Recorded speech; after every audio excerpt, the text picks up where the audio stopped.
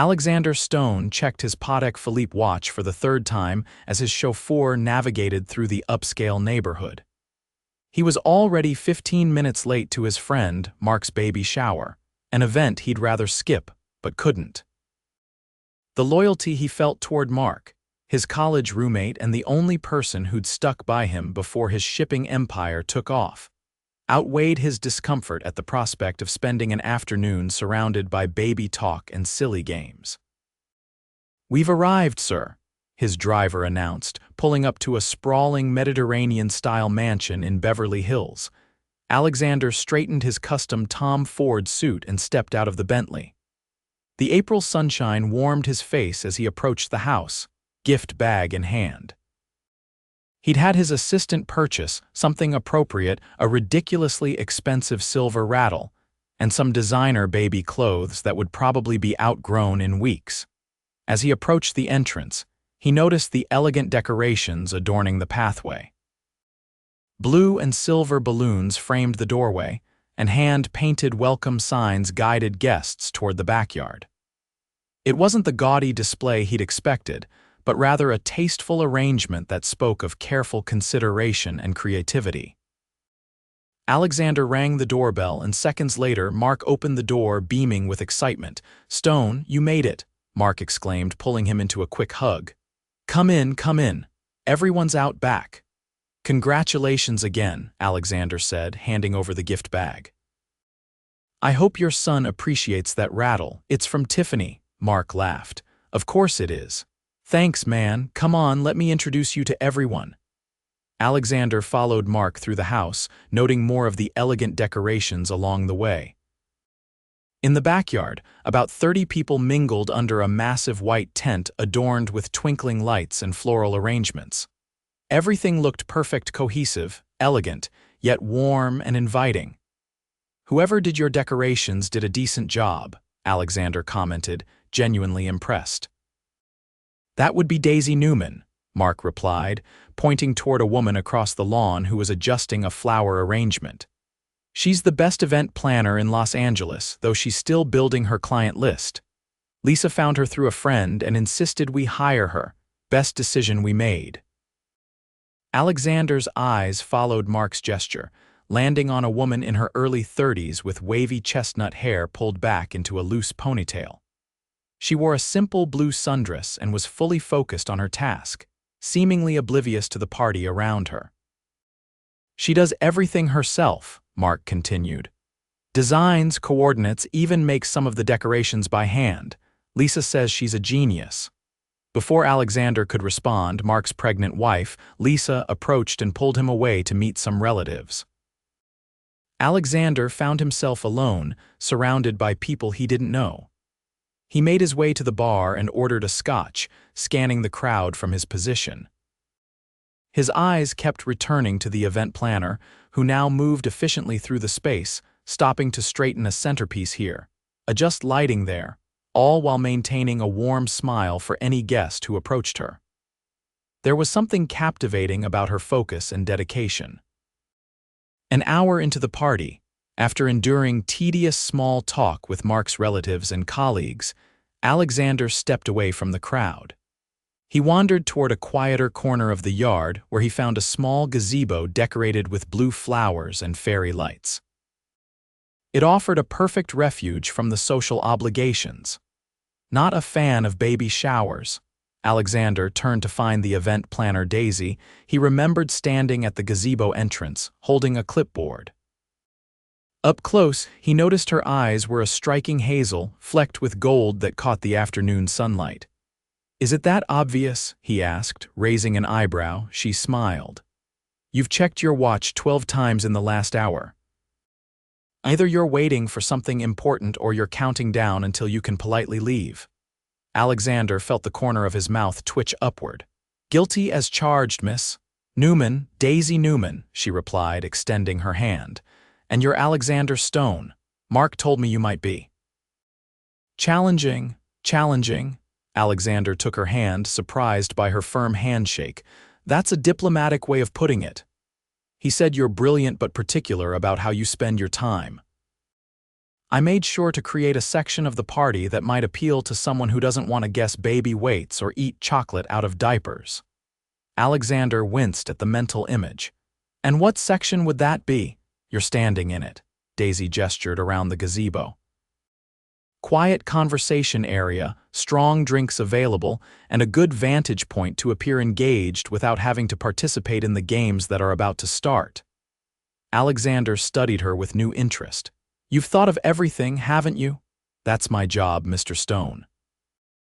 I anticipate needs before people even realize they have them. She glanced at her clipboard. Now, if you'll excuse me, I need to prepare for the gift opening. Feel free to hide out here as long as you'd like. As she walked away, Alexander found himself watching her with curiosity. Most people in Los Angeles tried to impress him once they realized who he was, but Daisy Newman had simply treated him like any other guest with specific needs. It was refreshing. Throughout the afternoon, Alexander observed Daisy managing the event. She directed servers with quiet efficiency, solved a minor crisis when the caterer brought the wrong dessert, and kept everything running so smoothly that most guests probably didn't even notice her presence. Yet Alexander couldn't stop noticing her. When the shower began winding down, he approached her as she was packing up some supplies. "Miss Newman," he called, causing her to look up from her task. "Mr. Stone, I hope the gazebo served its purpose." There was a hint of amusement in her voice. It did. "Thank you for the sanctuary." Alexander paused, uncharacteristically hesitant. "I'm hosting a charity gala next month.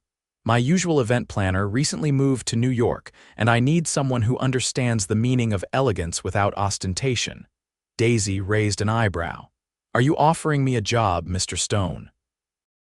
"If you're interested, it's for the Stone Foundation's annual fundraiser, 300 guests, very high profile."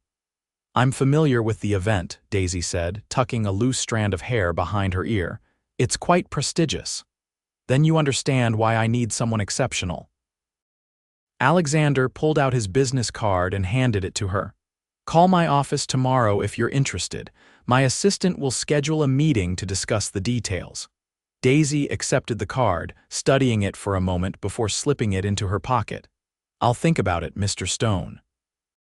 "Alexander, please." "Alexander," she repeated, and for some reason he liked the way his name sounded in her voice. "I'll call tomorrow." As Alexander left the baby shower, he realized it was the first time in years he'd personally recruited someone for a project. Usually, his staff handled such matters. Something about Daisy Newman intrigued him, her competence, certainly, but also her unassuming confidence and lack of pretense. The next morning, Alexander was in the middle of a conference call with his shipping executives when his assistant, Rebecca, interrupted.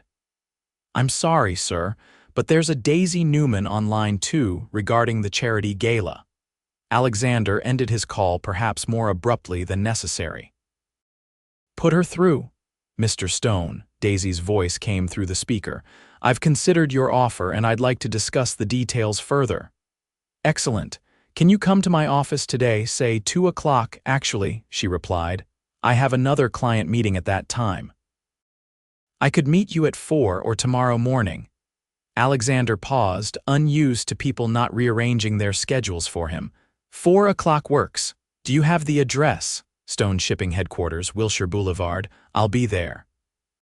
At precisely 4 o'clock, Rebecca escorted Daisy into Alexander's office. She wore a simple but elegant navy dress and carried a leather portfolio. She looked professional and put together, yet there was nothing flashy or ostentatious about her appearance. "Miss Newman," Alexander stood to greet her, gesturing toward the seating area by the floor-to-ceiling windows overlooking Los Angeles.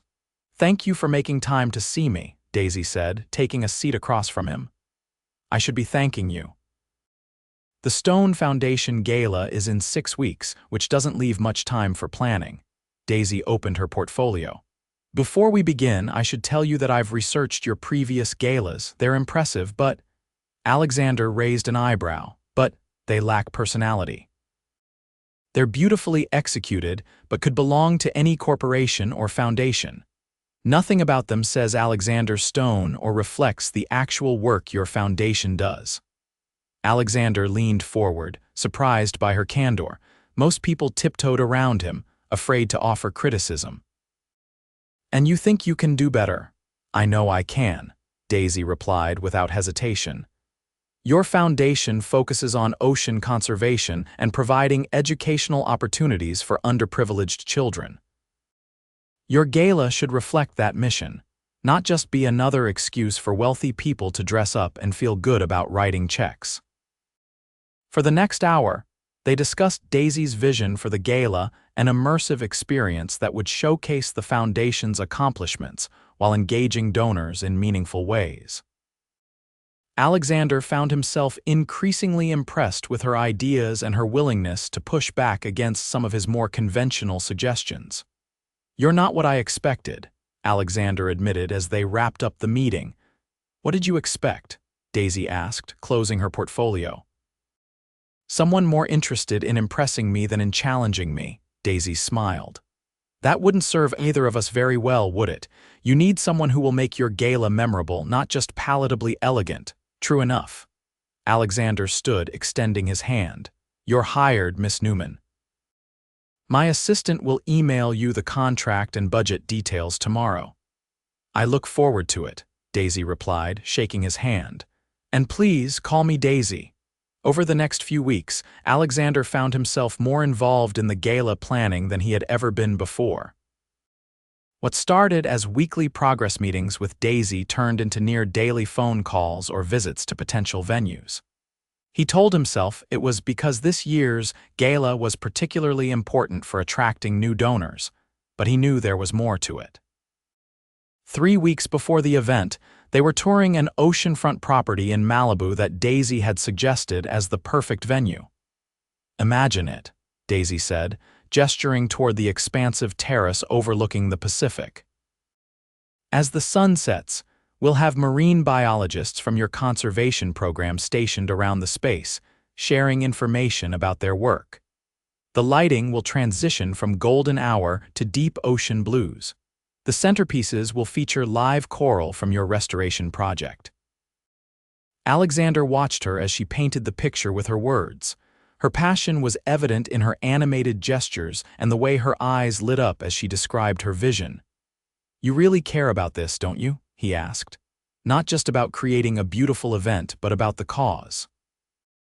Daisy turned to him, her expression softening. "Of course I do. Before I started my business, I worked as a marine science educator. That's why I was so excited when you mentioned your foundation's focus." "You never mentioned that," she shrugged. "It didn't seem relevant to getting the job." "But yes, ocean conservation has always been important to me.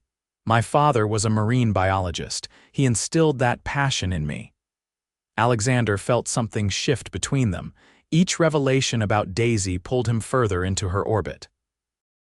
She wasn't just beautiful and competent, she was passionate about the same causes that drove his philanthropic work. "Have dinner with me tonight," he said suddenly. Daisy looked surprised. "To discuss the gala?" "No, just dinner, you and me." Her expression turned cautious. "Alexander, I'm your employee for this event. I don't think it's appropriate to after the gala then," he pressed. "When you're no longer working for me." Daisy studied his face for a moment. "Why don't we focus on making the gala a success first, then we can talk about dinner?" It wasn't a rejection, but it wasn't acceptance either. Alexander nodded, respecting her boundaries while silently promising himself that he would convince her once the gala was over.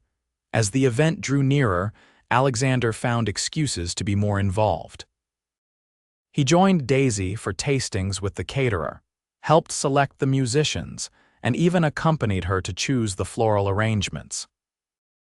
Each interaction revealed more layers to Daisy: her quick wit, her kindness toward service staff, her encyclopedic knowledge of marine life that rivaled his own foundation experts. 2 days before the gala, disaster struck. The venue called to inform them that a water main had broken, causing significant damage to the property. The gala would need to be relocated immediately or postponed. Postponing isn't an option, Alexander said as they sat in his office, brainstorming alternatives.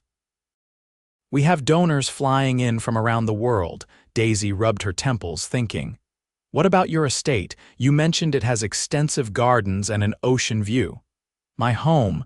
I've never hosted a professional event there. It's perfect, Daisy insisted. It's even more exclusive than the original venue, which will appeal to your donors. Plus, it shows a personal commitment to the cause, opening your home for the foundation.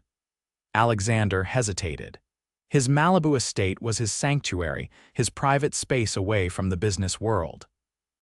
But Daisy made valid points and they were running out of options. All right, he finally agreed, but we'll need to work around the clock to make it happen. The next 48 hours were a whirlwind of activity.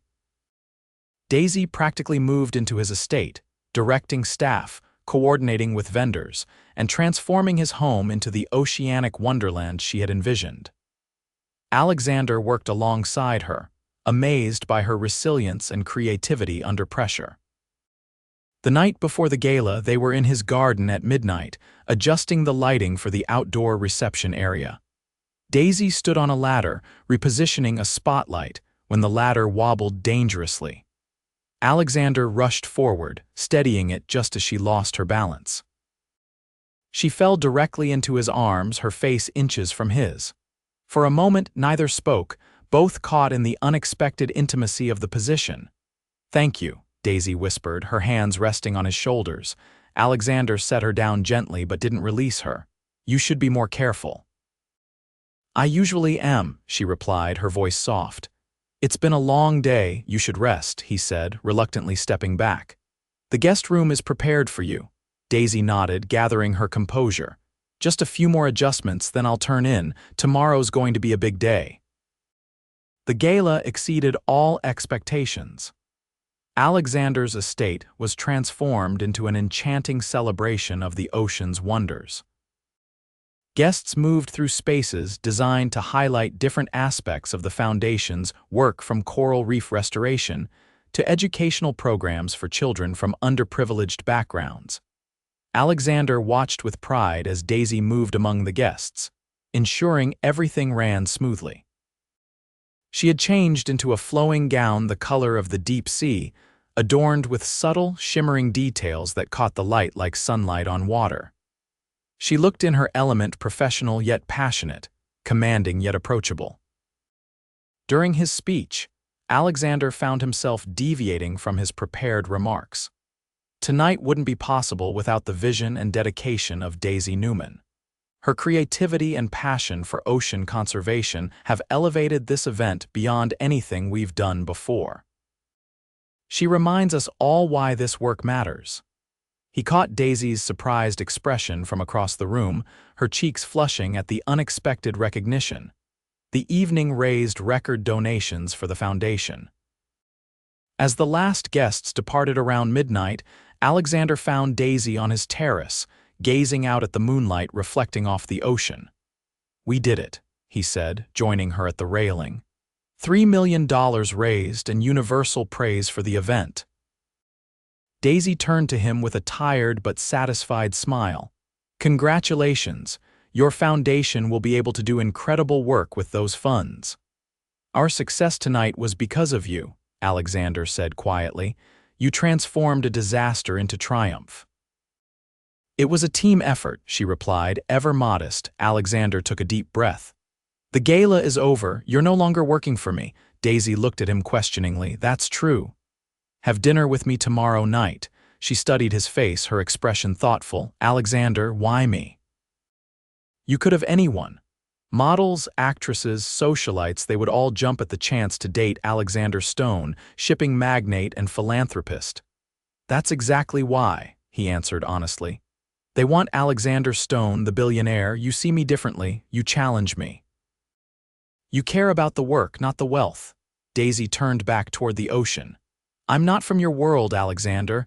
Maybe that's what I need, someone who isn't impressed by my bank account or intimidated by my reputation." He moved closer, gently turning her to face him. "Just dinner. No expectations." After what felt like an eternity, Daisy nodded. "All right. Dinner."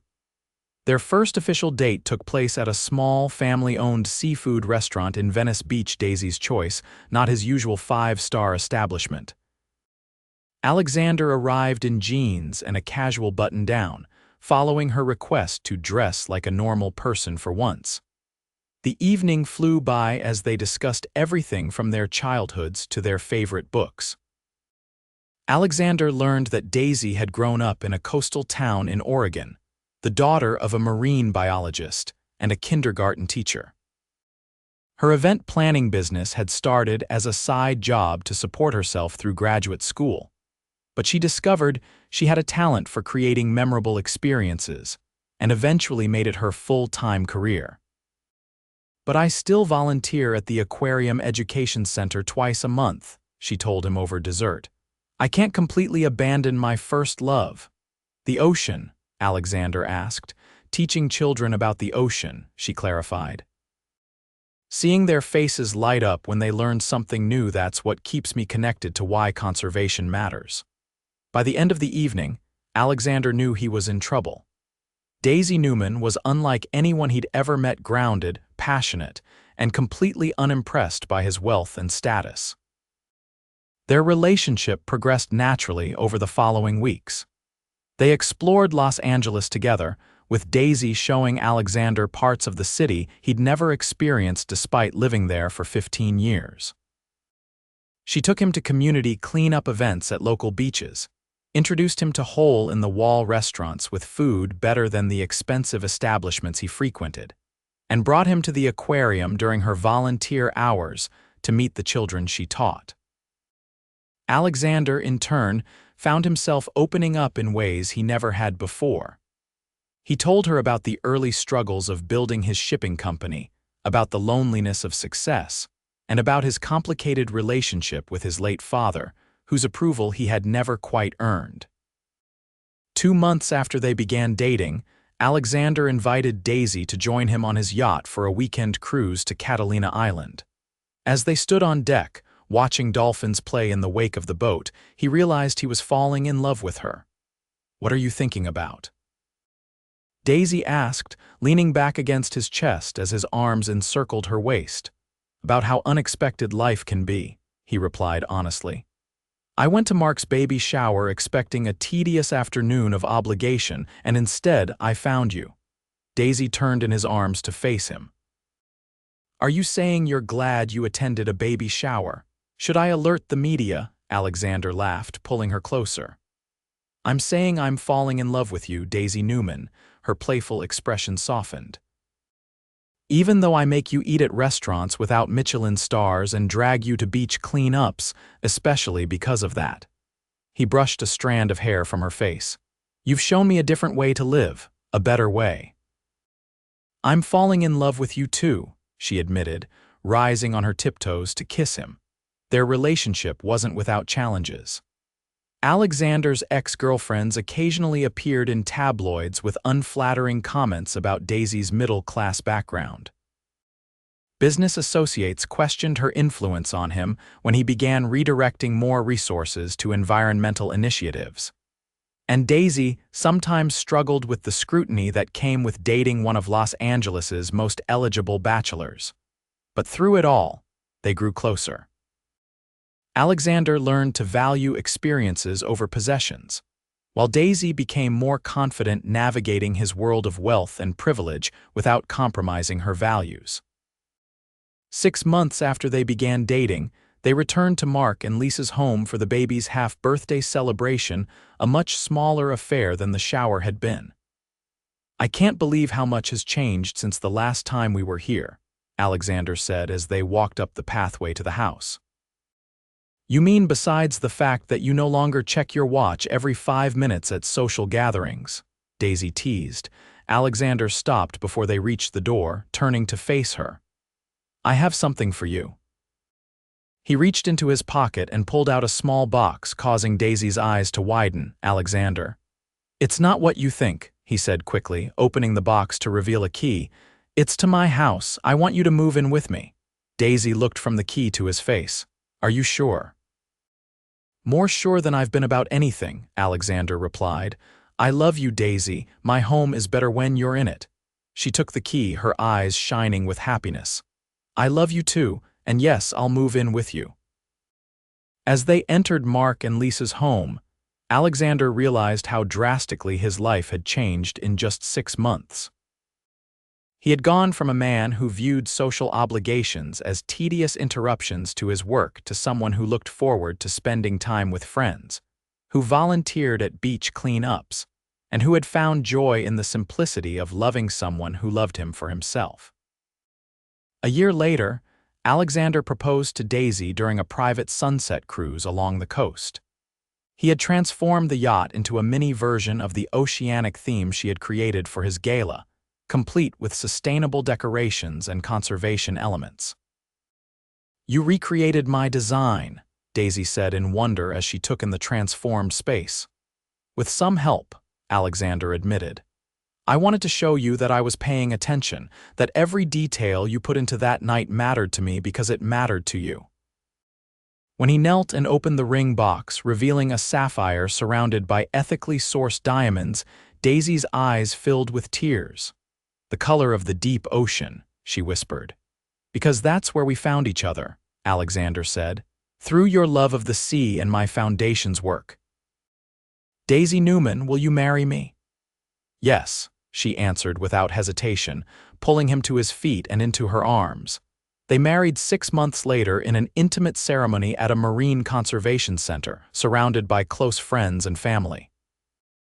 Alexander donated a significant sum to expand the center's educational programs as their wedding gift to each other. 2 years into their marriage, they welcomed twin daughters, naming them after coastal flowers Lily and Iris. Alexander cut back his work hours to be present for his family, delegating more responsibility to his trusted executives. Daisy continued her event planning business, but focused primarily on environmentally conscious events and fundraisers for causes they both believed in. On the 5th anniversary of Mark's baby shower, the event that had brought them together, Alexander surprised Daisy with a family trip to her hometown in Oregon. As they walked along the beach where she had grown up, their daughters running ahead collecting shells, Daisy squeezed Alexander's hand. Do you ever think about how differently our lives might have turned out if you had skipped that baby shower? Alexander watched their daughters laughing as they chased the waves. I try not to. The thought of missing all this missing you is unbearable. Who would have thought that the most important business decision of your life would be attending a friend's baby shower? Daisy teased. Best decision I ever made, Alexander replied, pulling her close for a kiss as the ocean waves crashed around their feet and their daughter's laughter filled the air, the perfect soundtrack to a love story that began with reluctance and blossomed into a life neither of them could have imagined.